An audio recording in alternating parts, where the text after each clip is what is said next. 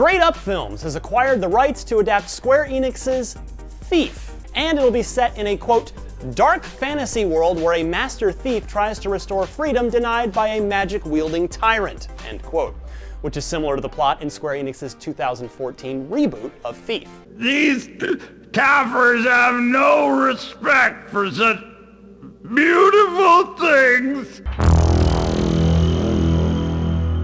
So Squeenix, allow me to be mercilessly Roseanne Barr on bath salts blunt here.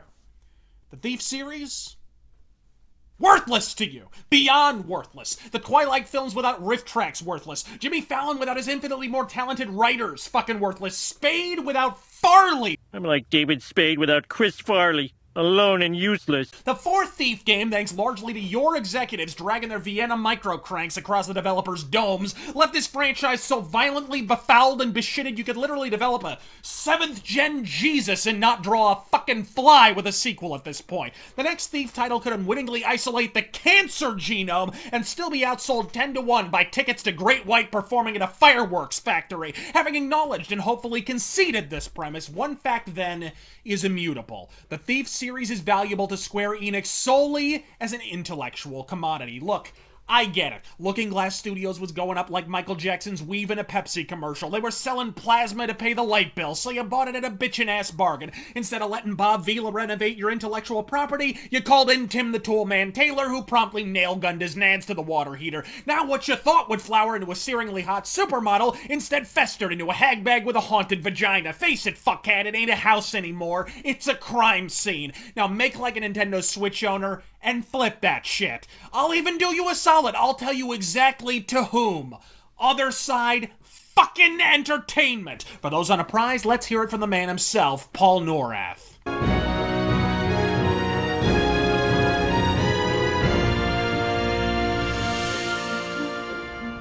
Hi, I'm Paul Neurath. I founded Looking Glass, which was an indie studio. The first game that we developed was Ultima Underworld. At Looking Glass, we went on to explore the genre in some different ways. System Shock, which was a science fiction take. Later Thief, which was using stealth. Well, it so happens that Underworld and Underworld 2, the publisher put them in the deepest vault, and they were gone for a generation. But only now we're able to find a way to bring it back out as an indie studio, as Other Side. Crowdfunding gives us the opportunity to bring this kind of game back. We can take creative risks that the big publishers wouldn't be comfortable doing. To move the state of the craft forward. We're not afraid to experiment. We did it at Looking Glass, we're going to do it again at Other Side. For those heavy of index finger and light of attention span, Looking Glass Studios is back! Ish. Studio founder Paul Neurath, Thief 1 and 2 producers Tim Stelmach and Steve Pearsall, and yes, announced just last year producing a proper third entry in the System Shock series, fresh from the Disney dong shit minds, the father of Deus Ex himself, Warren fucking Spector. Even at this early stage, their spiritual successor to Ultima Underworld, under the sly, lawsuit-friendly nomenclature of Underworld Ascendant, looks goddamn exceptional. It has the authored art style, the id engine physics, and a breathtaking magic system where the player combines runes, each with different effects, to custom craft their own butthole-rending uber spells on the fly, rather than selecting hardwired blizzard and great balls of fail spells a la Snorim. And then there's little snippets of game design philosophy like this. Underworld's approach to game systems and simulation is central to our philosophy of keeping things in the player's hands, giving up authorship for ourselves and giving it to you.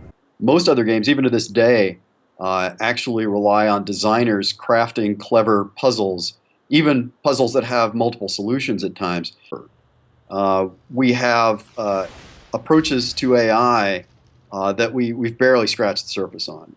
I think a big part of what's coming in the future is not just deeper simulation of a world, but deeper simulation of character interactions. Players are given a small set of tools that have logical uses, and the world responds to that tool use in logical but not pre-planned ways. Bizarroware, is that you? Point being, they're already rebooting Underworld, followed immediately by a sequential sequel to System Shock. Folks, there's one more point at the zenith of that holy game design trinity, and that, my friends, is Thief. Anyone even peripherally aware of my channel requires no introduction to the series in question, but to the few uninitiated, rest assured the Thief series is my every abiding boner in video game form. Sophisticated, idiosyncratic stealth with a side of steampunk. Think Dishonored without all the blatant fucking lies. Now, I want to make clear that I'm not saying other side should devote one synapse of their bounteous brainpower to System Shock 3, let alone Thief, until they at long last deliver Underworld Ascendant to my leathery tendrils. But if you knock on Squeenix's dumper door and ask him to ballpark a dollar amount, I speak for the fucking most of us when I say there ain't a decimal point in existence far enough to the right to stop me from donating. I will sell my blood. I will sell your blood. I will hunt Rhodesian rhino horn in darkest Africa. Free Thief, motherfuckers, and God fucking speed. But there's no turning back. She brings it to us all.